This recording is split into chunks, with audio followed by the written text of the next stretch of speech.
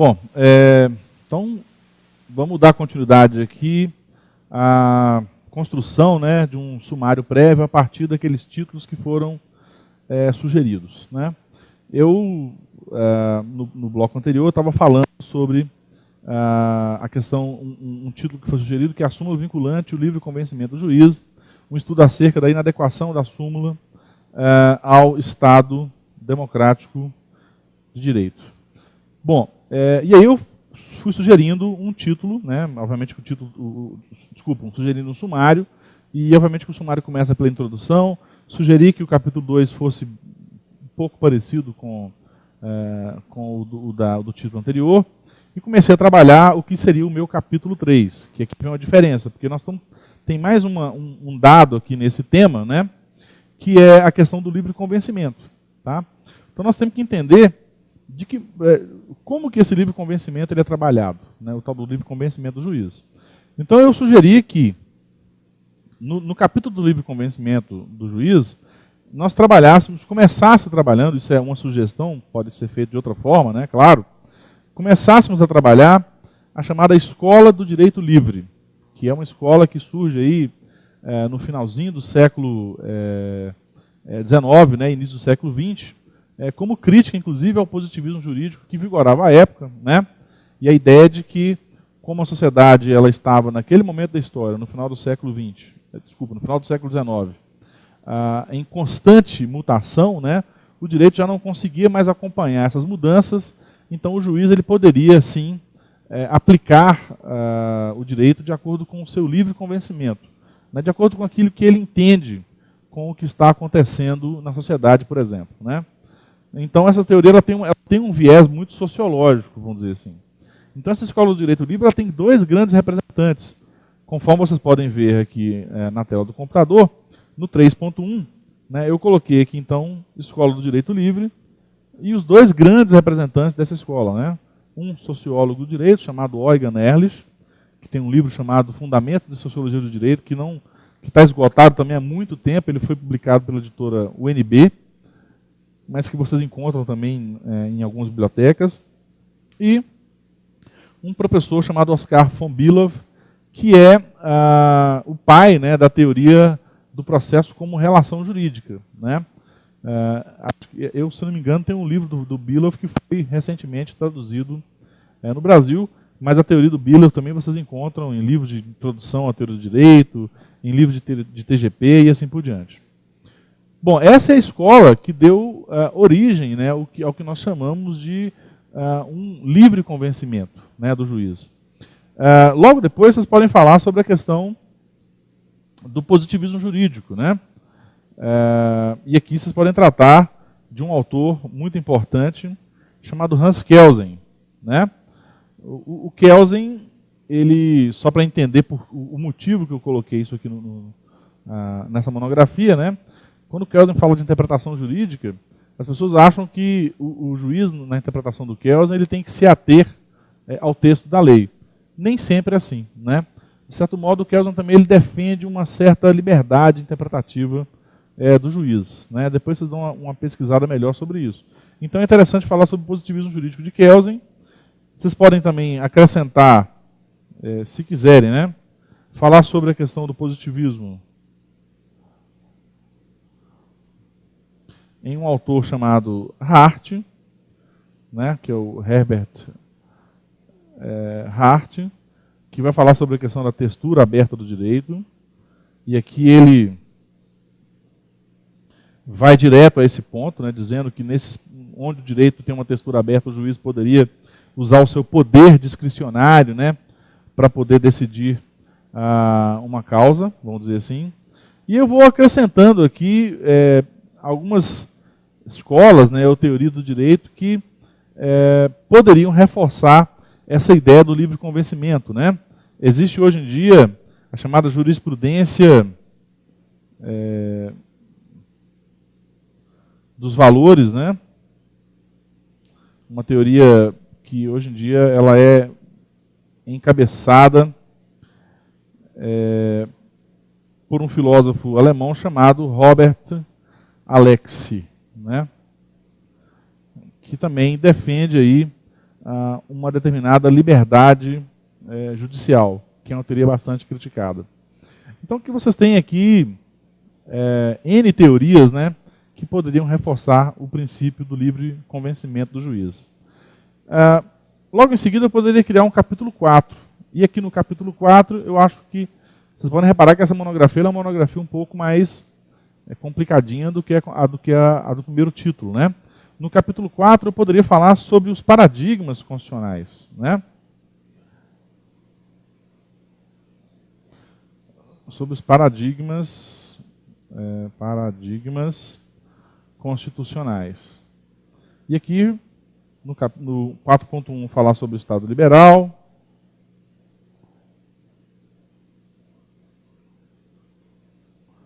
No 4.2, falar sobre o Estado social. E no 4.3, falar sobre o Estado democrático de direito. Bom, por que isso, né? No título tem aqui, ó, um estudo acerca da adequação da súmula ao Estado democrático de direito. Se eu estou defendendo que a súmula ela é inadequada ao Estado democrático de direito, eu tenho que demonstrar o que eu estou chamando de Estado democrático de direito. Então é importante fazer essa diferenciação aqui entre o que seria o Estado liberal, né?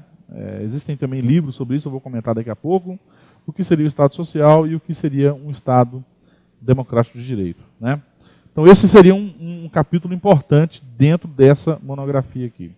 Num capítulo 5, eu já poderia trabalhar aqui o meu marco teórico, né? Aqui então eu estou caminhando para o marco teórico. Como sugestão de um marco teórico aqui, nós poderíamos trabalhar Ronald Dworkin, o direito como integridade, a gente pode trabalhar a teoria discursiva do direito de Jürgen Habermas, né? Isso tudo aqui caberia como monografia para criticar essa súmula vinculante e essa discussão do livre convencimento do juiz, inclusive como forma de reconstrução do chamado livre convencimento do juiz e de reconstrução da própria súmula vinculante. Então aqui como sugestão, vamos pegar o próprio direito como integridade, né, do Dworkin, para trabalhar a discussão do livre convencimento do juiz, ou seja, seria uma forma de reconstruir o conceito de livre convencimento. Bom, o Dworkin ele tem alguns conceitos que são importantes nisso aqui, né, que é a ideia, que é a sua relação do direito com a moral. Eu acho que entra muito bem dentro dessa monografia, já que eu estou falando de livre convencimento, ou seja, de que modo que o juiz vai se convencer, né? Ele pode usar a sua moral pessoal para julgar ou não, ele tem que recorrer a que tipo de moral, né? É uma discussão mais ou menos nesse sentido. Então o Dworkin ele tem uma teoria muito interessante acerca da relação do direito com a moral. Outra coisa que eu poderia acrescentar nesse capítulo 5 é aquilo que o Dworkin vai chamar de moralidade política. Ou seja, o Dworkin não trabalha com o conceito de moral individual, mas trabalha com o conceito de moralidade política, né? Que seria o conceito que vai reforçar essa ideia de que o livre convencimento do juiz não é tão livre assim, né? Vamos dizer. Outra coisa que poderia entrar nessa discussão, também está no livro do Dworkin, é a chamada leitura moral da Constituição. É um conceito criado pelo Dworkin que também poderia servir para reforçar, ou para trabalhar, ou para reconstruir, né, a ideia de um livre convencimento do juiz. E, por fim, a gente poderia trabalhar nesse capítulo de marco teórico a própria ideia de integridade do direito, né? O que o Dworkin vai chamar de integridade, né? Se vocês quiserem acrescentar aqui nessa questão da relação do direito com a moral, né, a crítica ao poder discricionário, seria interessante, porque se eu estou falando de livre convencimento, eu estou falando de poder discricionário do juiz. Então seria bem interessante trabalhar isso aqui. Bom, aí vocês podem reparar que esse sumário já é um sumário bastante mais, né, bem mais detalhado do que o sumário anterior. Agora nós vamos já entrar no capítulo 6, que seria o capítulo de aspectos críticos. Eu sempre coloco esse nome de aspectos críticos como título provisório para lembrar que toda monografia ela deve ter um cunho, né, mais crítico, vamos dizer assim. Então aqui eu vou realmente elaborar os meus aspectos críticos, né? Então nós temos aqui nessa monografia 2 pontos importantes nessa monografia. Fazer uma crítica à questão da súmula vinculante. E outro, a crítica à questão do livre convencimento do juiz. Ou seja, essa monografia, na realidade, ela quer... a ideia aqui seria trabalhar a ideia de que a súmula vinculante ela não pode ser nem tão vinculante assim, né? E também de que a liberdade de convencimento do juiz não é tão livre assim também. Então são 2 pontos dentro dessa monografia que são extremamente importantes. Então eu posso começar, por exemplo, apresentando críticas, né, à questão da súmula vinculante. Então eu posso chamar esse 6.1 aqui de súmula vinculante e os seus pontos críticos. Claro que aqui eu vou apresentar os pontos críticos da súmula vinculante, a partir da ideia de Estado democrático de direito, a partir da ideia de direito como integridade, relação do direito com a moral e assim por diante. Um outro ponto que eu poderia acrescentar seria a própria reconstrução do conceito do livre convencimento do juiz. Então, esse seria o capítulo 6. Né? Eu teria 2 pontos dentro dele. Uma discussão da súmula vinculante e os seus pontos críticos, e uma discussão do conceito do livre convencimento do juiz. Para encerrar, eu colocaria aqui a conclusão, né, para fechar a monografia. Bom, então deu só para poder comparar, né, no meu sumário prévio anterior, eu tenho ali 5 pontos, né, nesse sumário atual, nós temos 7 pontos a serem trabalhados. Então é um sumário um pouco mais complexo, porque o título ele é um título também um pouco mais complexo. Né? São algumas coisas a mais nós vamos ter que trabalhar nessa monografia. Bom, o que é interessante notar na construção do sumário? Né? Vocês podem notar que está tudo, claro que é provisório, mas está tudo muito dividido, né, gente? Para que as pessoas consigam entender a monografia, essa subdivisão ela é extremamente importante. Não tem como criar uma monografia com o texto todo misturado. Existem alguns professores, né, que defendem a ideia de que você deve ir escrevendo a monografia, né, e com o tempo você vai criando o sumário a partir disso. Eu particularmente acho isso pior, né, porque você vai escrevendo um texto, você perde um pouco a noção de quando que encerra um assunto e começa outro assunto.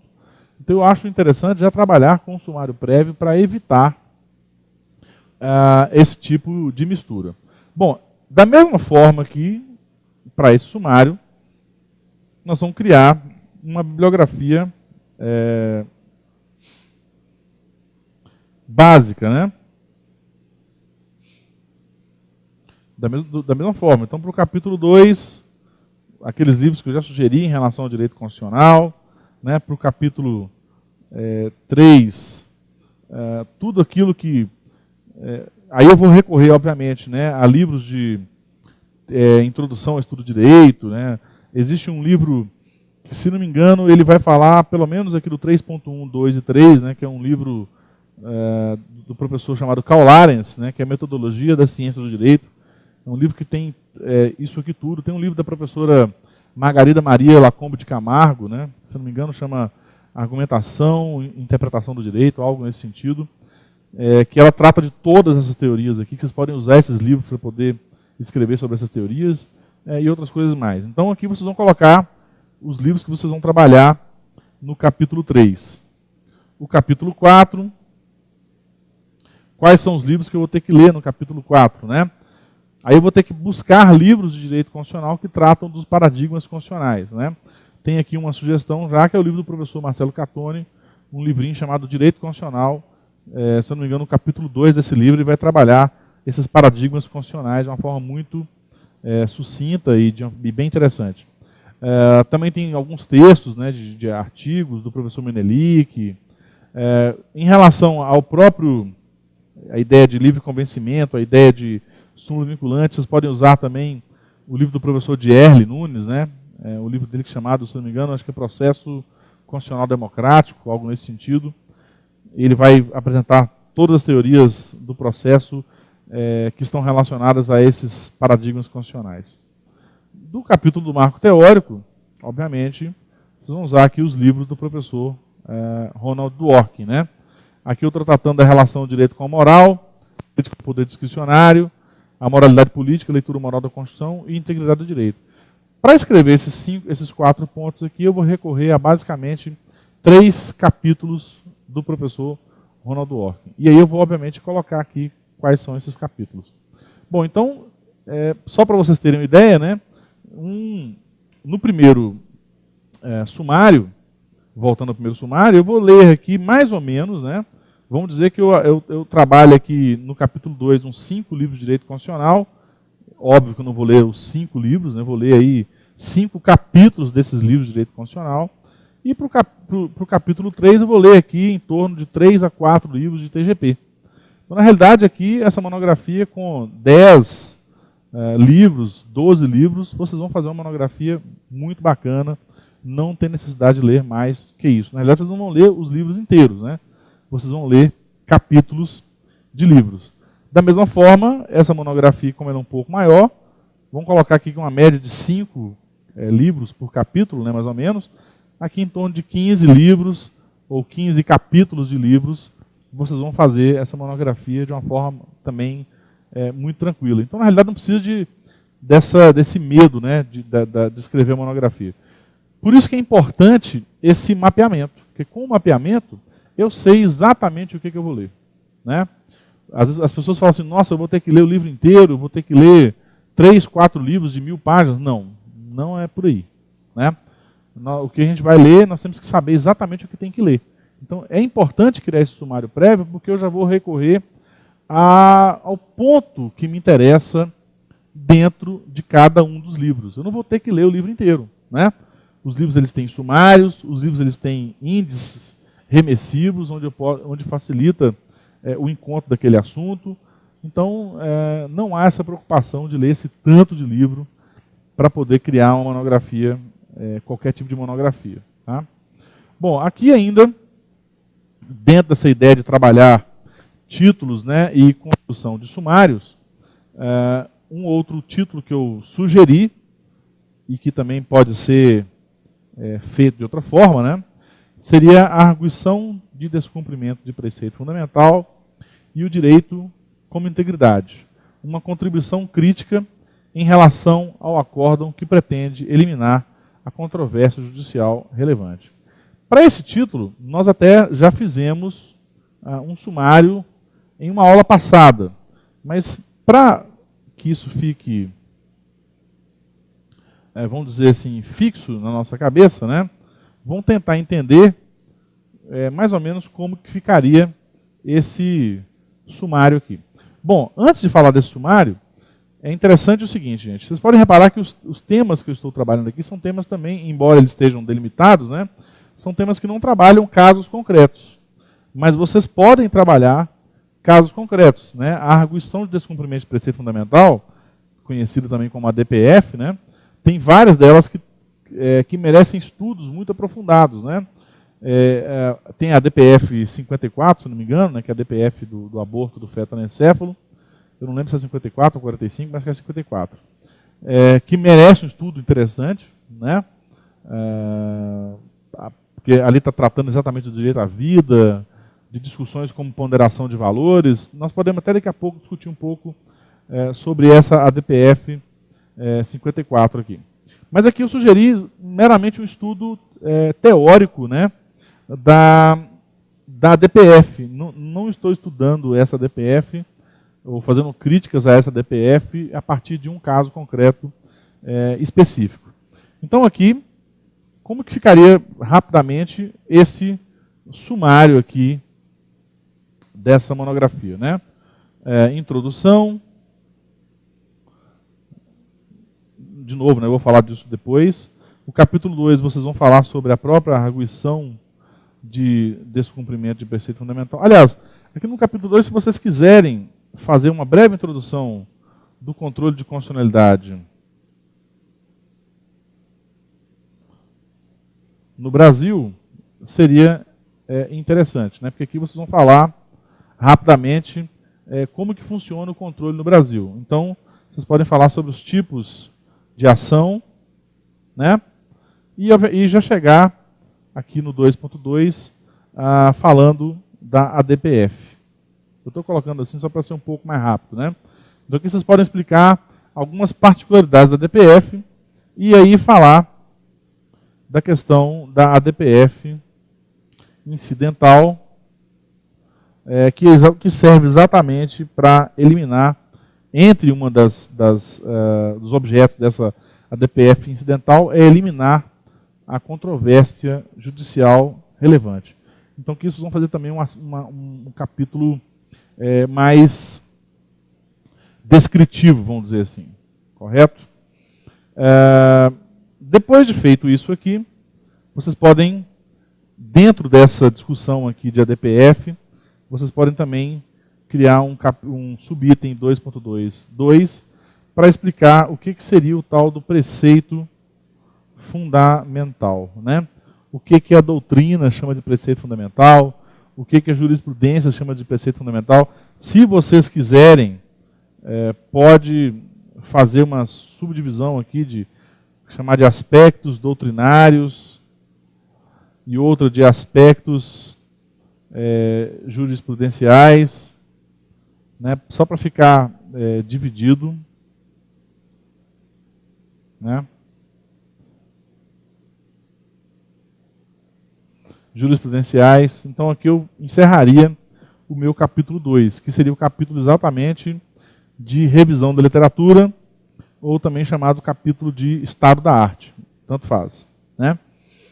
Bom, logo em seguida viria um capítulo 3, onde eu vou tratar exatamente... se vocês quiserem também acrescentar, eu me esqueci aqui, né? Mas o que seria...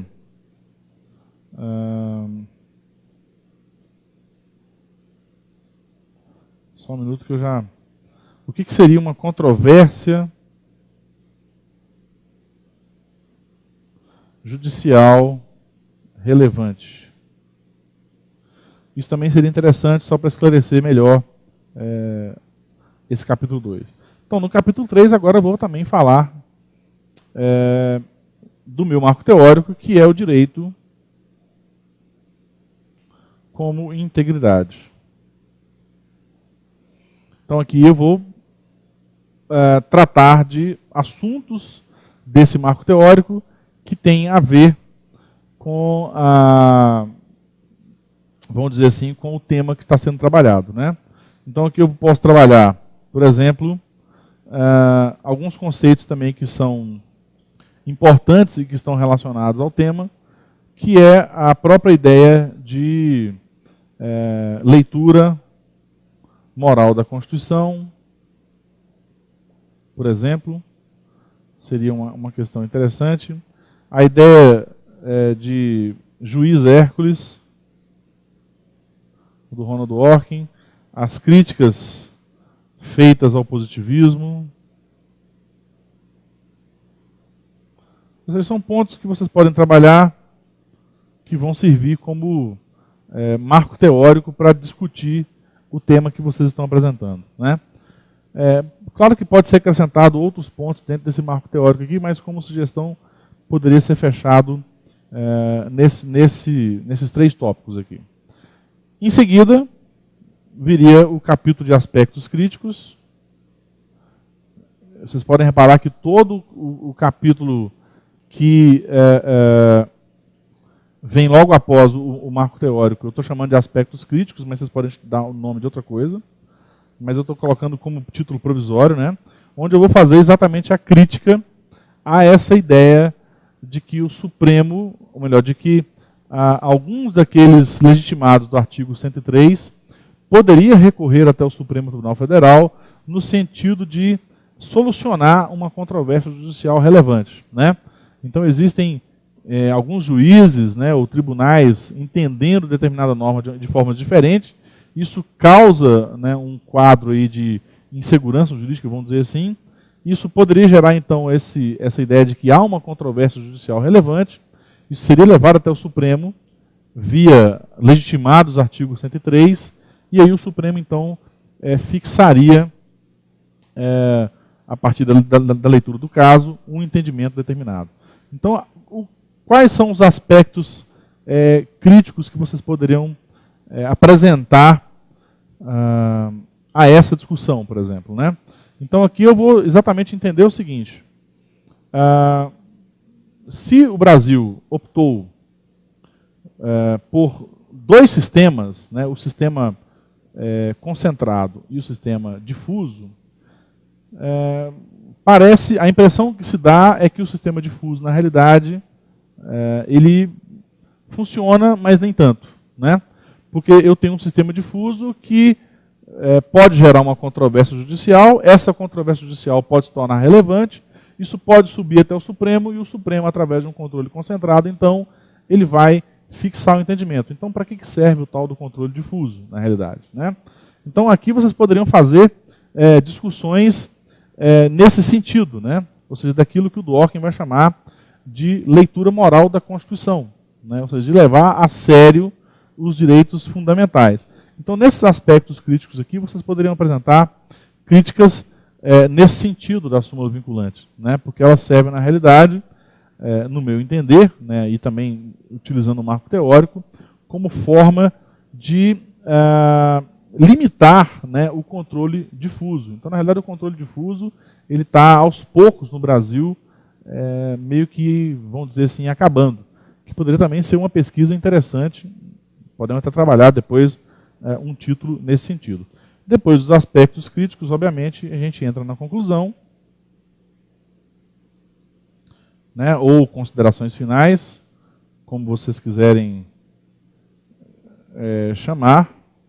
Eu acho que eu já até falei um pouco sobre essa diferença do que é conclusão e considerações finais, mas depois nós podemos falar sobre isso. E da mesma forma, vocês vão criar uma bibliografia básica, da mesma forma como foi as outras, né? Para o capítulo 2, para o capítulo 3, o que vocês vão ter que ler. Então, esse mapeamento, de novo, ele é extremamente importante para evitar perda de tempo, né? Ou seja, eu sei exatamente o que eu vou ter que ler, quantos livros eu vou ter que ler, o tempo que eu vou gastar para isso. É até importante, dentro desse planejamento, eu já falei um pouco sobre isso, mas é importante lembrar, dentro desse planejamento, elaborar uma espécie de um cronograma, né? Ou seja, quanto tempo eu vou gastar para escrever o capítulo 2, quanto tempo eu vou gastar para escrever o capítulo 3, quanto tempo para o 4 e o 5 e assim por diante. E é interessante apresentar na realidade,